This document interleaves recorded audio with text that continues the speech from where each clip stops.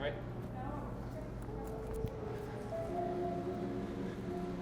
Oh, what it do, Ballas?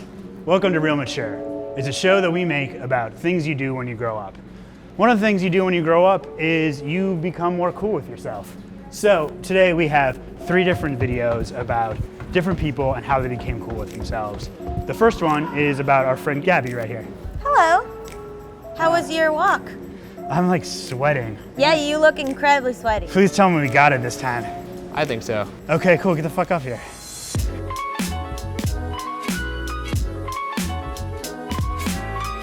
Our first video is a video that Gabby made with Colin. Yeah, I've been in a lot of videos on BuzzFeed and all over the internet, and I've been called a lot of mean things because I seem to be kind of polarizing, but one word comes up all the time, and that is slut.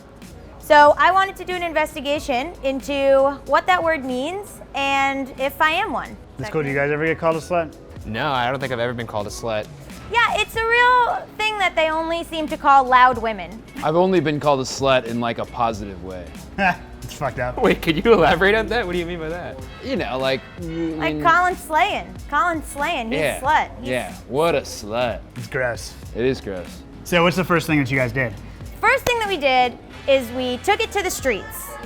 What makes somebody a slut? It's the quantity, I think, that makes a person a slut, just the quantity. 5 people in one night, you know, every day, all day, 7 days a week. Sexy clothes, and by sexy clothes I mean just strings. Somebody that sleeps with a lot of people. Well, in my opinion, a slut is someone who does not practice self-control, self-restraint. If you feel like that you've devalued yourself, then I would think that that's slutty. Am I a slut? How would I know? No, I would say not. No. No, you're not a slut. Well, how do you know that? You don't know me. That's true, but I mean, maybe, I don't know. You don't seem like a slut. I don't seem like a slut. Internet, now you know.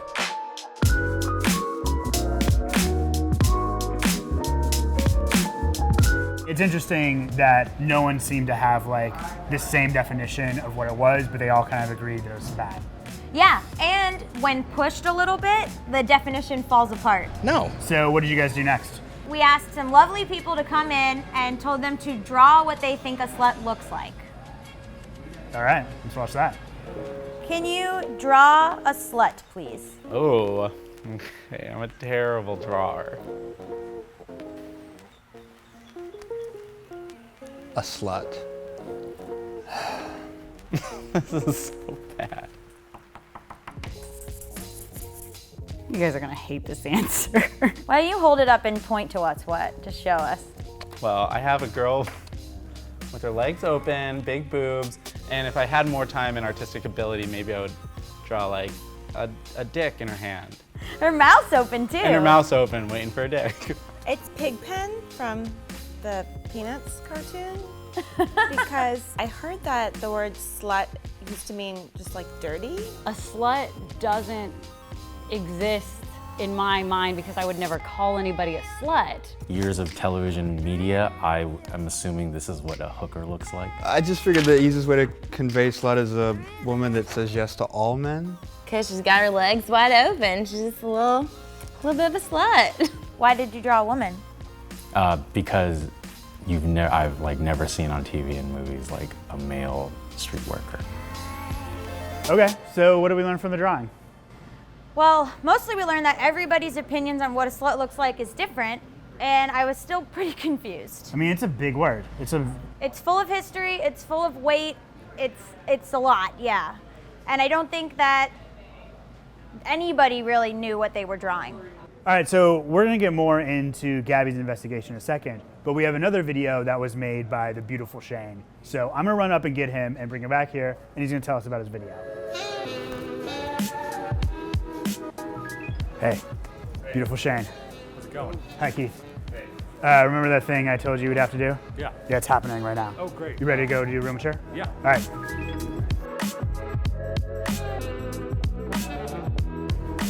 You first. After you, Shane. Welcome to my show. It's not your show. Damn it, you're back. So what up, Shane? Not much, you know. Gabby, have you met the beautiful Shane before? Yeah, we have, but never at this eye line, because I'm on an Apple box now, so I can see into all your faces. You're ruining the illusion. Sorry. Okay, so tell us about your video. It's a video about rejection. I have always been kind of curious about it, about the way people process it. And this video is about rejection therapy, which is where people dive right in. The goal is to get rejected every day in some way or another. So people were given prompts of ways that they would get rejected. Correct. It's a social game. What is an example of a prompt, first of all? One of them is asking to trade parking spots with someone. And what happens if somebody says yes? Then you find out that the world is a little more malleable than you thought. The goal, though, is to get rejected, so you've failed. Okay. So. Is the goal to like cry at the end of the day? No, the goal at the end of the day is to feel like you've put yourself out there and you've been rejected by someone and you're still alive, and take what you will from that. All right, let's check it out. Yeah. Hey. Rejection's a big part of life, and it's the worst. It's pretty easy to avoid, though, if you just don't put yourself out there. Hey, man. No. But is there any value in it? Is rejection good for something? These were the questions that Jia Jiang was asking himself when he started 100 Days of Rejection Therapy. I feel growing up, I was afraid to step out and do things. I was afraid to get rejected by my family and friends and to fail. So I did this thing called 100 Days of Rejection based on a game called Rejection Therapy, where basically you go out every day and look for rejection. So I said, I'm gonna do this for 100 days. I'll start a video blog about it. After the first time I started, basically I went and talked to, I found a stranger and I said, can I borrow $100 from you? Excuse me, do you think I can borrow $100 from you? No? Why? All right. That was one of the most awkward and scary moments I feel almost in my life. So the next day I said, I'm not gonna run, no matter what happened. The burger's really good. Can I get a burger refill? A burger refill? No burger. After the initial rejection, I didn't run, I stayed engaged. And that made me feel much more powerful, much more confident. That life and death feeling was gone. All right, I got a no, so day 2 was a success. So from there on, I said my job is putting myself out there, ask for things and see what happens. Can I deliver your next pizza for you? Can I be a live mannequin for you? Can you treat me like a German Shepherd? I found out that rejection says much more about the other person than me. Can I take a quick nap here? Absolutely. Really? The fear of rejection is very sneaky. It's the force that at the back of your mind that controls a lot of decisions you're making. Hi, how are you? I'm good. Can I just get the sliced pineapple? So what? Sliced pineapple. Pineapple? So sometimes people do say no. It's still all right. It's a little awkward. I asked for a discount at Starbucks. And is there any discount I could get? The lady just like thought I was crazy. No. Oh, you guys don't? Okay. Yeah, I'm sorry. No, it's okay. The most surprising thing to me was just how nice it was to just talk to people. A lot of times, I think if you preface like, I know this is super weird, but I come here all the time and I really, really like these pens. Sometimes if you do something weird and go out of your way, it opens up this like human connection that I forget is there. Can I buy these pens? Is there a way I can?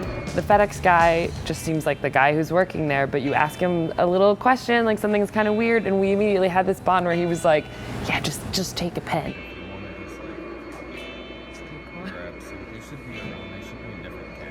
Okay. And the guy behind me at Starbucks, I never would think to talk to anyone like that. I'm always on my phone, you know. Excuse me, sir.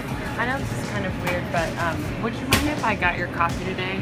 You want to buy me coffee? Yeah. Is that okay with you? Okay. The worst, absolute worst thing that could have happened was he was like, no, and he found it kind of weird. But instead, I had this like nice moment with this stranger, and as I was leaving, we were just both smiling. That really made my day, and I didn't think it was gonna happen like that. I feel like the thing I learned most from this experience was just that, you know, putting yourself out there is kind of like fun, and it comes with rewards. Sometimes people say no, but like no isn't a big deal. Rejection is a good and normal part of life, and if anything, it just clarifies who you are. So don't be afraid to go out there and try something new.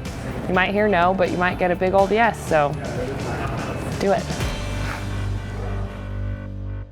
Good lesson, right? Yeah. Yeah, if you're okay with yourself, then you don't make it the rejection personal. No. and maybe there's not as much to be afraid out in the world. Well, in that case, you should get the heck out of here, Shane. Okay, cool. You're all right. rejected, Shane. I get it. Took that pretty well. Yeah.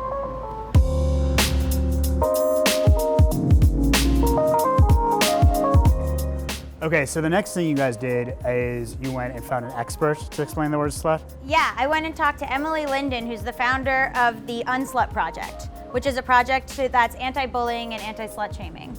Awesome. Yeah. Let's check it out. What is slut shaming?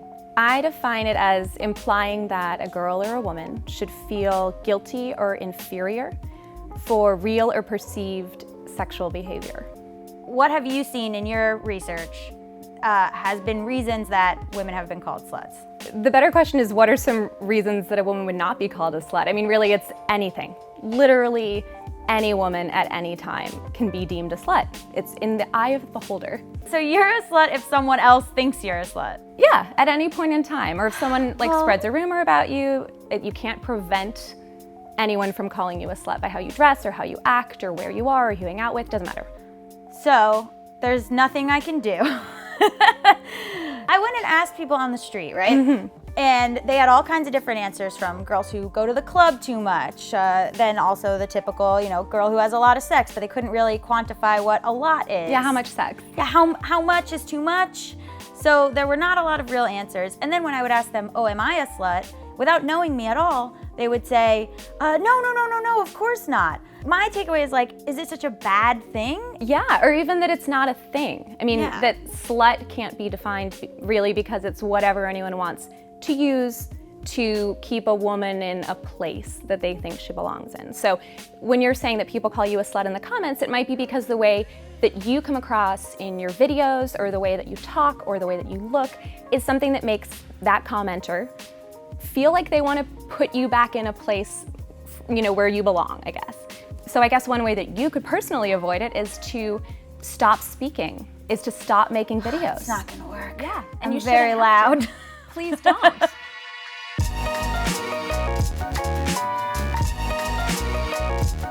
What it do, everybody? We're back. Okay, I don't know what we're doing. Henry's supposed to be hosting, but I guess he's in a meeting, so the crew called me up here to host interim halfway through the video. What did we just watch? We watched an interview with Emily Linden from the Unslut Project. So as you can see, there are a lot of ways in which slut is used to demean women.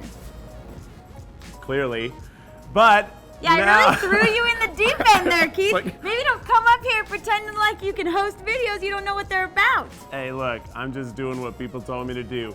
So the next video I actually made, and admittedly it's actually a little bit weird, but it fits in this realm of being cool with yourself. It's a theater project called Living Canvas. You'd probably be into it. It's a bunch of people getting naked and projections are sort of shot on them. I'd probably be into it. Yeah, I mean, at least watching it. You'd be all about cultural exploration and opening oneself up to judgment. Do you want a shovel for this entire I'm just conversation? trying to host the video, Gabs. Let's just watch the video. Let's watch the video. What really started to affect me was the first show that I did, the second night. A woman came up to me and said, I saw your show last night and I went home, took off my clothes, stood in front of a mirror and felt better about myself. When that happened, then I knew that I had to keep doing this because it was not only having an effect on the people in the show, but on audiences feeling better about themselves. And that's just too important to pass up.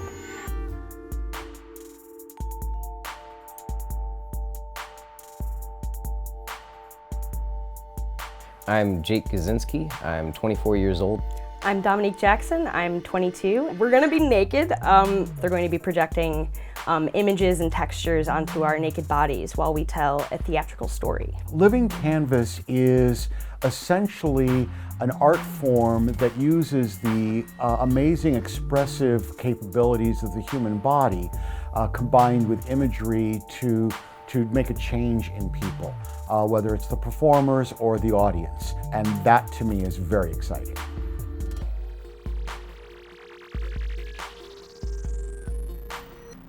Being here with the way that my body is and not being afraid to just show that, I think is really important. I mean, I feel like it will instill a sense of acceptance and just what I've gone through and what I've taken my body through thus far. What we really strove for was body positivity, accepting our flaws for what they are, and we just tried in various ways through movement exploration, as we said earlier, to encompass that sort of emotion in what we were bringing to the stage.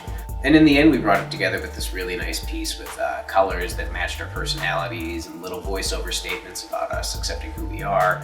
I am scarred and whole. I am assertive and strong. I am just right. I am ripped with creativity. Nature's passion is my mirror. I've earned my marks. These are my tiger stripes. I've embraced my unwashed masses. I was built to be me. Just being part of that group and seeing people be that comfortable and vulnerable with each other was enlightening. It was really enlightening and refreshing, and it made me feel a lot more comfortable with who I am. It's an equalizer. Yeah, it's the great equalizer. You realize that everyone's equal and everyone has the same hang-ups, and it's nice to recognize that in other people. So that video was obviously perfect. I made it. It was perfect. It was great. And it was just a classic what it do. Okay. The fuck is this shit? You were gone, so I started hosting the show. They made me do it. My video happened already. Okay. What do we learn here? Guys, please be friends. I don't know. I don't know where we are, to be honest. I was really thrown into this by these guys. All right, Do you want to take over? I don't know. What are you gonna do? Yeah.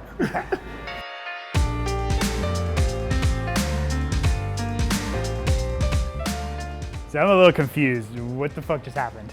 They made Keith host. I just want to say I don't support Keith as host. I fully support Henry. I'm sorry. That's not what you said 10 minutes ago, Gabby. We love Keith. He's a valued member of the IRL team, and he made an awesome video. It's fine. Let's talk about your video. Yeah.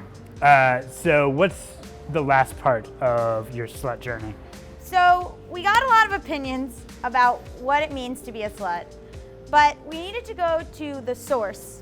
Hi, honey. Hello, this is my mom. Hi, this is Mom. What is your opinion on how I... Of you? So, do I think you're a slut? I wouldn't use that word. I'm proud, I guess. Your ability to have so much confidence and the fact that you say whatever you want to say. I don't know many women who could do that, but sometimes it's just a little too much. You just bring it out. So you just do it. And so sometimes I hear your grandmother on my shoulder, you know, like, oh my God. No, I don't think you're a slut. I think you're a light for everybody else who is free sexually. You've opened my eyes to look at women differently and less judgmental. Oh, thanks so much. You're welcome, you slut. Mom! I mean, I guess like the question is, do you feel like you understand what a slut means and whether it's you? Like you are a slut? My takeaway is, so what if I am? Doesn't matter. I'm me. I'm cool with me. I'm happy. And it's nobody's business. Is that what your takeaway of the video is, Colin? You know, the word slut doesn't really mean anything, and if you want to be a slut, go for it. If you don't, hey, don't worry about it. And if I am one, oh well, then it's not a bad thing. All right, fuck it then. Be who you are. And with that, we sign off. What it do? Say what it do. I'm not gonna say. Colin, say what it do. Oh, you almost got me to say it by saying I wouldn't say it. Just say it. Why wouldn't you say it? It's fun. What it do, sluts? Wait for it. All right, that's it. Thank you for watching Real Mature. This episode of Real Mature was produced by the BuzzFeed IRL team. They're the literal best. Special thanks to B-Roll Craddock for some of the beats, Gabby, Zha Zhang, and the Living Canvas. See you next time.